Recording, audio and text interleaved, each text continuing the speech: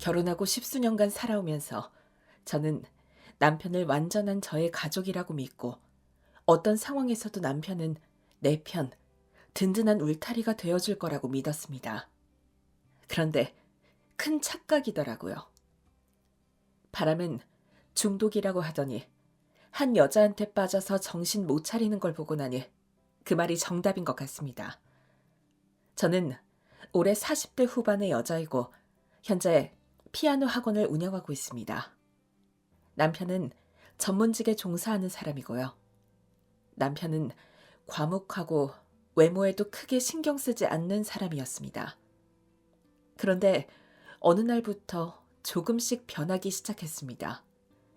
생전 뿌리지 않던 향수를 뿌리고 늘 제가 사준 옷만 입던 사람이 직접 쇼핑을 하러 다니면서 자기가 무슨 연예인이라도 되는 것처럼 새 옷을 사들이기 시작했습니다. 안 하던 행동을 하니 제가 농담 삼아 물었죠. 바람이라도 난 거야? 왜 그렇게 외모에 신경을 써? 나이 들수록 자신을 가꿔야 되는 거야. 옷이라도 잘 입어야지. 안 그러면 이 나이에 초라해 보여. 남편은 거울에 눈을 떼지 않고 대답을 하는데 뭔가 엄청 기분 좋은 일이 있어 보였습니다.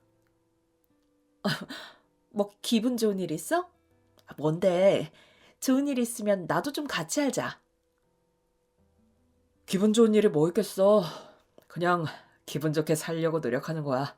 나 다녀올게. 달라진 남편을 보니 달라진 데는 분명 이유가 있을 것이라는 생각이 들더군요. 제 직감이 남편에게 여자가 있다고 말하고 있었습니다. 도대체 어찌된 일인지 확인해 봐야겠다 싶어 남편 몰래 남편의 전화기를 확인해 보니 카톡이나 전화 내역은 너무나 깨끗했습니다. 통화 내역과 메시지 내용을 지운 것 같았습니다. 분명 여자가 있는 건 확실한데 어떻게 알아보나 고민을 하고 있던 때 상황을 확인할 수 있는 길이 열리더군요. 하루는 피아노를 배우러 온 학생으로부터 인스타그램 얘기를 듣게 되었습니다. 전화기로 사진을 보면서 뭔가 열심히 메시지를 보내고 있길래 뭐 하냐고 물으니 인스타로 친구하고 대화한다고 하더라고요. 요즘은요, 카톡으로 잘 연락 안 해요. 이렇게 인스타로 연락하죠. 여기 스토리에 사진을 올리면 댓글을 단 사람하고 나만 볼 수 있거든요. 다들 여기서 얘기 주고받아요. 저는 인스타그램을 전혀 안 해서 인스타는 생각지도 못했는데 남편의 인스타그램을 보면 어쩌면 흔적이 남아있을 수도 있겠다는 생각이 들었습니다. 며칠 뒤 남편 폰으로 남편의 인스타에 접속해 봤습니다. 인스타그램 친구가 30명 정도밖에 안 되기에 일일이 들어가 봤죠. 그랬더니 최근 연락을 주고받은 여자가 한 명 있었습니다. 그 여자 나이는 30대 초반 정도로 보였고 유부남이랑 바람피는 사람들은 좀 여우 같을 줄 알았는데 뭐랄까요? 평범하고 순수해 보인다고 할까요? 남편이 그 여자 인스타그램에서 주고받은 글을 보니 그 여자를 진심으로 좋아하고 아껴준다는 기분이 들더군요. 순간 심장이 벌렁거리고 온몸에 힘이 빠지는 듯 했습니다. 그 순간 바보같이 남편이 이 여자한테 빠져서 완전히 떠나버리면 어떡하나 하는 생각이 들었습니다. 그런 생각을 하는 제 자신이 한심스러웠지만 제 마음이 그랬습니다. 그렇다고 이대로 주저앉을 수도 없었습니다. 저도 모르게 자꾸만 눈물이 펑펑 쏟아졌지만 정신 똑바로 차리고 이 상황을 정리해야겠다고 마음먹었죠. 그래야 제가 살 수 있었으니까요. 이대로 그냥 있으면 저는 완전히 무너질 것 같았습니다. 저는 일단 증거를 잡기로 했습니다. 증거를 하나씩 모을 때마다 어디 두고 봐라 싶은 마음과 동시에 제 영혼은 피폐해지는 것 같았습니다. 증거를 잡고 소송까지 가기는 너무나 힘들고 괴로운 작업이었습니다. 배우자가 바람을 피우면 다들 왜 그렇게 악에 바치고 힘들어하는지 잘 알겠더라고요. 증거를 잡고 보니 그 평범하고 수수하게 생긴 여자는 술집 룸에서 일하는 여자였습니다. 일할 때는 화려하고 평소에는 화장기 하나 없는 수수한 모습을 하고 있었습니다. 그 여자는 대학교 다닐 때부터 술집에서 알바를 했고 그때 이 길로 접어들어 계속 일을 하는 듯 했습니다.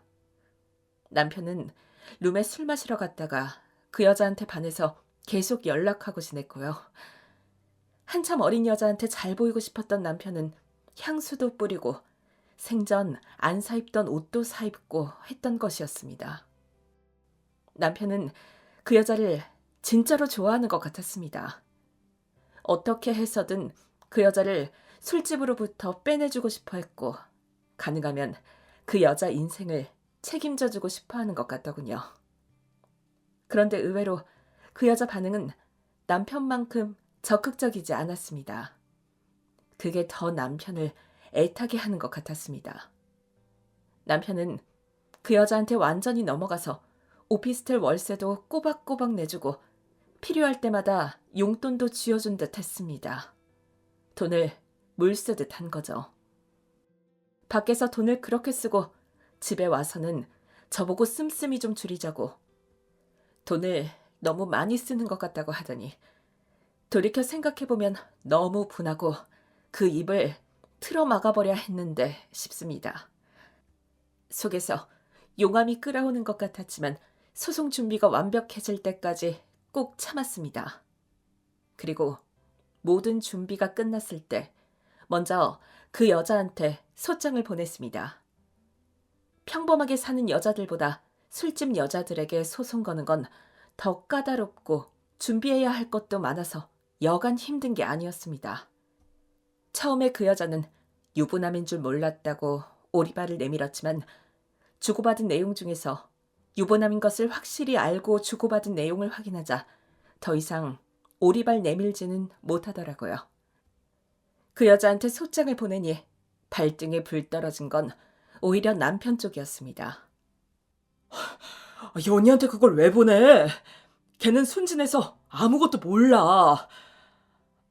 연희 불쌍한 애야. 가정 돌보겠다고 그런 험한 일 하는 애야. 그런 애를 상대로 소송을 걸면 어떡해? 소송은 취하해줘. 그러다 연희가 충격받아서 잘못된 선택이라도 하면 어떻게 하려고 그래? 미쳐도 정말 단단히 미쳐있더군요.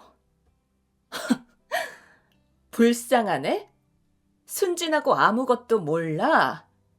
걔가 스폰서 받는 데가 어디 당신뿐인 줄 알아? 당신한테 돈 받지, 다른 인간들한테 돈 받지. 아마 월수익으로 따지면 걔가 당신보다 몇 배는 더 벌걸? 순진한 거야, 멍청한 거야. 어디서 술집 여자들 하는 말에 속아 넘어가서 돈을 갖다 바쳐? 내가 이 소송을 위해서 그 여자 본명을 비롯해서 인적 사항들 알아내다가 정말 많은 걸 알게 됐지. 속에 불려우가 10마리는 들었을걸? 아주 대단한 애더라. 그랬더니 남편은 연희는 그런 부류의 사람이 아니라며 제발 연희만은 건들지 말라고 신신당부를 했습니다. 그러면 제가 하라는 대로 다 하겠다고 하더군요. 그래서 저는 절대 그렇게는 못하겠다고 했죠. 그 여자뿐만 아니라 너까지 박살나기 싫으면 입조심하라고 했습니다. 그리고 저는 소송을 진행하고 남편이 지금까지 그 여자한테 줬던 돈도 돌려받기 위해서 반환 청구 소송도 함께 진행했습니다. 이 부분에 대해서는 남편이 그 여자한테 돈을 준 게 아니라 빌려준 것이라고 증명을 해보여야 되는데 그것만은 절대 못하겠다고 하더라고요. 그게 더 꼴보기 싫어서 저는 더 강하게 밀어붙였습니다. 이 돈 돌려받지 않으면 당신까지 끝이야. 당신 흠 하나 잡아서 끌어내리고 싶어하는 인간들한테 이 내용 다 전달해줘? 그러면 당신 인생은 그 인간들 입에 오르내리다 그 인간들 손에서 끝날걸? 지금까지 위태롭게 유지해온 자리에서 내려오고 싶지 않으면 그 여자한테 돈 받아내. 그리고 앞으로 모든 돈 관리는 내가 하는 거야. 그래야 내가 당신 위해서 입 다물어 주지 않겠어? 돈을 포기하든지 당신 명예를 포기하든지 둘 중에 하나 선택해. 100번 생각해도 돈을 포기하는 게 나을 거야. 당신 전문직 가진 아들이라고 목에 힘주고 다니시는 어머니 뒷목 잡고 쓰러지게 하고 싶지 않으면 잘 선택해. 남편은 그렇게는 안 된다고 제발 그러지 말라고 하더니 결국은 경제권도 저한테 넘기고 그 여자한테 돈을 그냥 준 게 아니라 빌려준 것이라고 진술했습니다. 그 대단한 명문대 나와서 알아주는 직업 가지고 사니 학연으로 이어진 사람들 사이에서 명예는 도저히 포기할 수 없었던 거죠. 그렇게 저는 술집 여자를 상대로 쉽지 않은 상간녀 소송을 진행했고 위자료와 그동안 남편이 그 여자 통장으로 꽂아준 돈 1,800만 원도 회수했습니다. 모든 게 다 끝난 듯 했지만 시작은 그때부터였죠. 큰 돈을 뱉어내야 했던 그 술집 여자는 그야말로 빡돌아서 남편에게 본색을 드러내기 시작했습니다. 그 여자는 겁도 없이 우리 집으로 찾아와서 자기가 뱉어냈던 돈 다시 그대로 내놓으라고 남편한테 협박하기 시작했고 그 돈 안 내놓으면 자기하고 있었던 일 다 소문내고 다닐 거라고 했습니다. 너 진짜 내가 지금까지 예쁘다 해줬더니 어디서 공갈 협박이야? 야, 내가 네 ATM기야 뭐야? 어디서 돈 내놓으라고 협박이야? 너 이렇게 나오면 나도 가만히 있을 수 없어. 명예훼손에 공갈 협박죄로 고소할 테니까 어디 하고 싶은 대로 마음대로 해. 어디서 건방지게 꺼져. 꼴도 보기 싫으니까. 남편이 그렇게 나가니 이 여자도 도끼를 뿜고 작정하고 소문을 내기 시작했고 남편은 정말 그 여자를 명예훼손으로 고소했습니다. 그러자 그 여자는 남편이 했던 말이 자꾸 달라진다며 사기죄로 맞고소를 하더군요. 그러자 그 소문은 그 술집 단골 손님에게도 남편 회사에도 다 퍼지면서 그야말로 진흙탕 싸움으로 번졌습니다. 남편은 연이 그거 순진한 줄 알았는데 그렇게 독한 줄 몰랐다며 고개를 절레절레 흔들더군요. 저는 이 인간이 고개를 흔들던지 말던지 은근히 남편 편들어주는 척하면서 남편이 벌어온 돈 차곡차곡 챙기고 있습니다. 바람난 남편 어떻게 얼굴 보고 사냐고들 하는데 저는 남편 얼굴 보고 사는 거 아니고 돈 보고 사는 겁니다. 남편 회사에서 월급 들어오는 그날까지는 돈 열심히 챙기면서 살아갈 거고요. 그 뒤로는 조론하고 각자 살아갈 예정입니다. 제 ATM기는 한동안 신이 나서 밖으로 나돌아다니더니 주머니에 돈이 넉넉치 않으니 친구들 약속도 잘 안 잡고 오늘도 집에 일찍 들어와서 방구석에 앉아있네요. 그런 일 없었으면 더할 나위 없이 좋았겠지만 이미 사이는 벌어졌고 버스는 지나갔으니 앞으로는 돈 열심히 모으는 재미로 살아가겠습니다.